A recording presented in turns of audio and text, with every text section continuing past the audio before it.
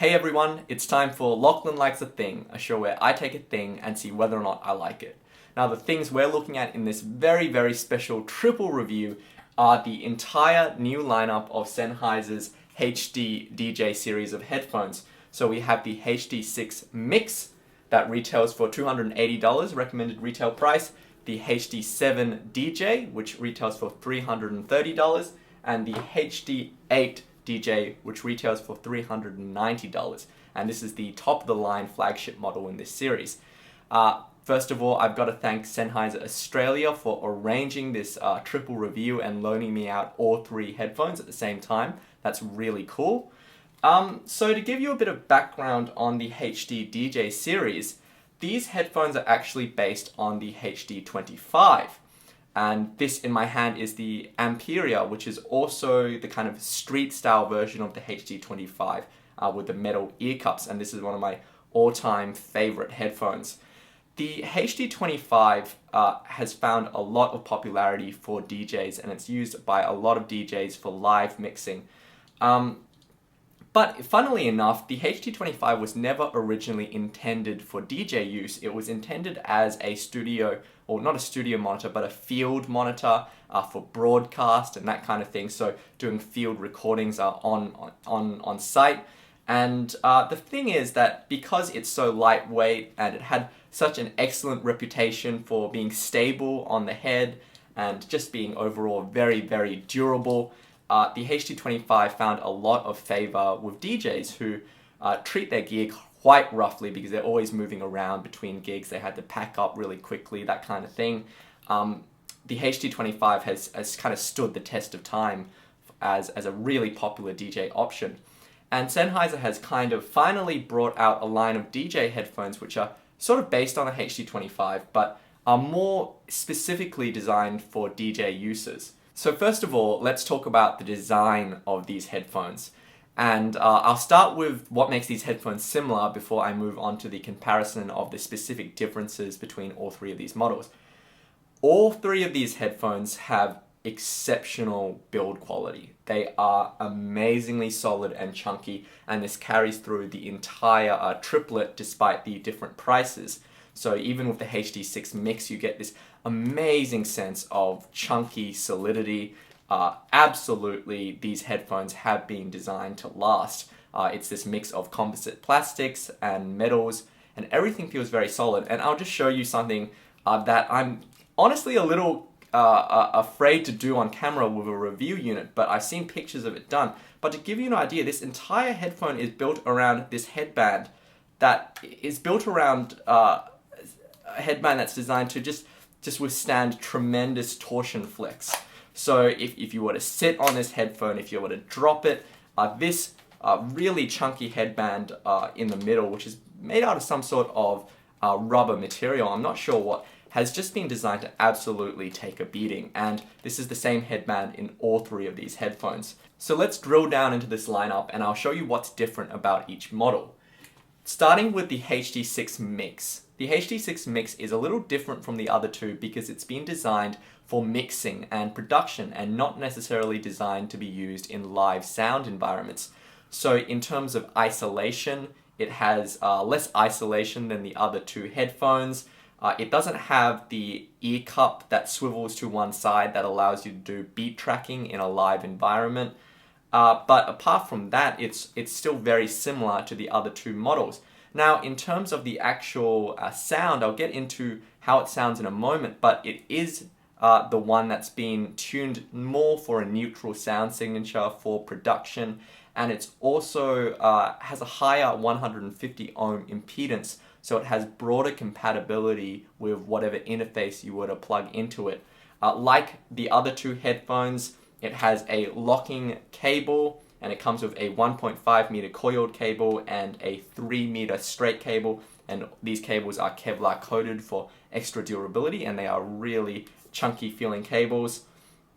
It has a locking mechanism that allows you to attach the cable to either side of the headphone depending on your preference.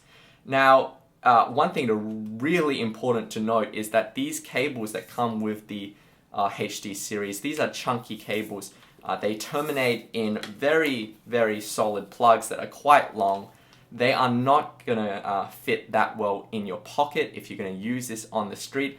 And in reality, considering that Sennheiser specifically did not pack a shorter style 1.5 meter, 1.4 meter cable for portable use, they are very much signaling that these headphones are designed for professional DJ use. The HD7 the HD7 DJ is one step up in the line, and it's designed for live sound use and for DJ use. So it does have the swiveling ear cup, as you can see. The noise isolation is slightly stronger, but again, it's very similar in design to the HD6 Mix. Now the HD8 DJ is the top of the line model. This is the flagship, and this is being designed, I think, it's very much in terms of overall design, very similar to the HD7 DJ, but I think it's been designed for more of a premium feel. So I think it's really intended for DJs who just want to treat themselves, I guess, and want to have a piece of hardware which they can feel really confident in.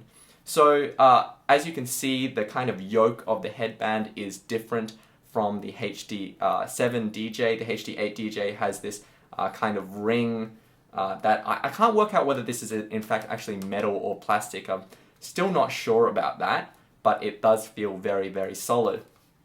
The signature feature of the HD8 DJ is that the swiveling ring on this headphone has been made out of a machined piece of a metal mechanism. And this swiveling mechanism, and you really have to kind of feel it in your hand to know this, but it feels absolutely fantastic. It just clicks into place with this absolute sense of solidity, and really it feels like a finely made camera or a nicely made watch. It has this really lovely attention to detail to it. Now, obviously this headphone costs $80, and in terms of actual sound signature, it doesn't really sound that much different from the HD7 DJ. You're paying, with the $80, you're paying extra for this, basically this metallic ring here, but it's very much like a luxury option that if you're a DJ and you're doing this all day at your gigs, I feel like it's really up to you whether or not you want to splurge and go for the extra on this particular mechanism. So in terms of comfort and isolation, it's worth noting that all three of these headphones have quite strong clamping forces, and they have been designed to really maintain a sense of stability on the head, more so than necessarily kind of cushioning your ears. So they are still very comfortable, especially with the around ear fit. They don't press down on any part of your ear, but they do have a significant clamping force, and they will exert some degree of pressure on your head. So if you're not a big fan of that kind of thing, I would perhaps look elsewhere for maybe something with a more comfortable fit like the Sennheiser Momentum. With the HD6 DJ, this is the lightest headphone in the lineup. It's probably the most comfortable in the series just because of that lightweight. But as you move up in the range, you also get stronger noise isolation with the HD7 and the HD8 DJ.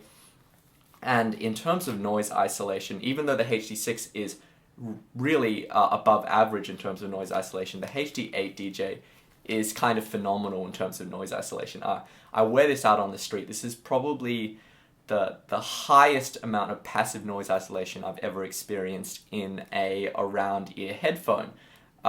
So you do get that from the extremely strong clamping force. The other thing you get with the HD DJ series, you get pairs of velour ear pads in the box with the carrying case, and I'll just show you the carrying case here. Again, this is a really, really nice, well-packaged carrying case that's going to store your set of extra ear pads, your cables, and your headphones. Now let's move on to the sound of the HD DJ series, and I hate to keep repeating myself, but to me it's very obvious that the HD DJ series has been designed for DJ kind of production uses. And the reason why I say that is because they have a sound signature that's definitely somewhat dominated by the bass line, They have this incredibly tight, incredibly impactful kind of bass that doesn't necessarily bleed into the rest of the signature, but it very much dominates the entire sound of this headphone. The highs on this headphone are actually rolled off, not to the degree that they sound completely muffled, but the whole headphone does sound woolly. The highs have been smoothed off, and if you compare it to the HD25 and the the Sennheiser Inferior, you'll find that actually these headphones actually have more of an aggressive treble. So they'll have more sibilance, they'll have more of a forward aggressive sound. They sound more lively than the HD series. But on the other hand, if you were to turn up the volume of this headphone quite loud, it would quickly become quite fatiguing. And I think where they were going with this sound signature on the HD DJ series was they were going for a sound signature that is especially good when you have to turn up the volume very high, which you have to do as a DJ. You won't get hearing damage because the highs are present, they're still textured, they're still there, but they're not aggressive to the point where you will incur any kind of hearing fatigue from the highs. So this is not a headphone for people who are after a kind of casual or kind of a musical or neutral experience from these headphones. They have very much been tuned for specific kind of usage cases. That said, if you are a fan of bass and you want a really kind of lovely, impactful, visceral feeling from your bass, I think these are some of the best headphones in that kind of category. You just have to be aware that they are not going to deliver you a neutral sound.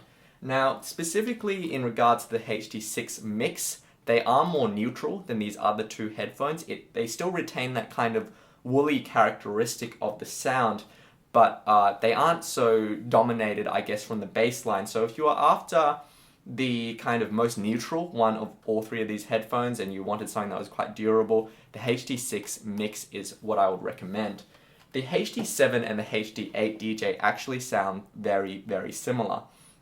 And they sound similar enough to the point where the way I would choose between the two is, unless it's too much of a stretch to pay the extra for the HD8 DJ, I would buy the more expensive one. I normally don't recommend people buy the more expensive model if they sound kind of similar, but in the end, this model is more durable and it is overall more premium, and it's not a tremendously high premium to be paying for the extra durability.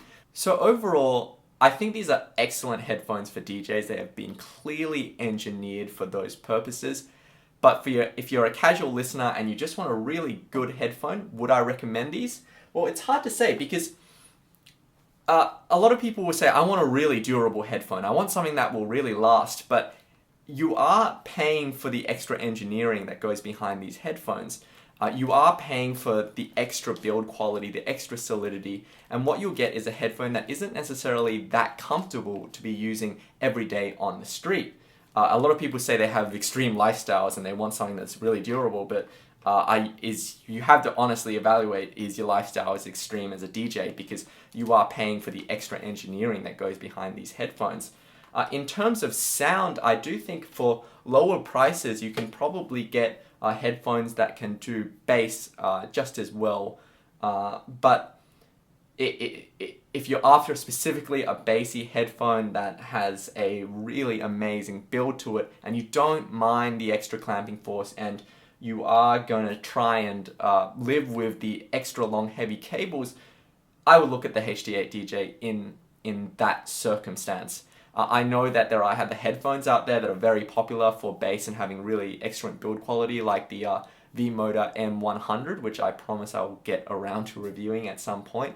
But all I can say is that in the time I've had these headphones, I've just been absolutely blown away by the build quality of these headphones. So again, a big prop to Sennheiser for loaning me these out to review.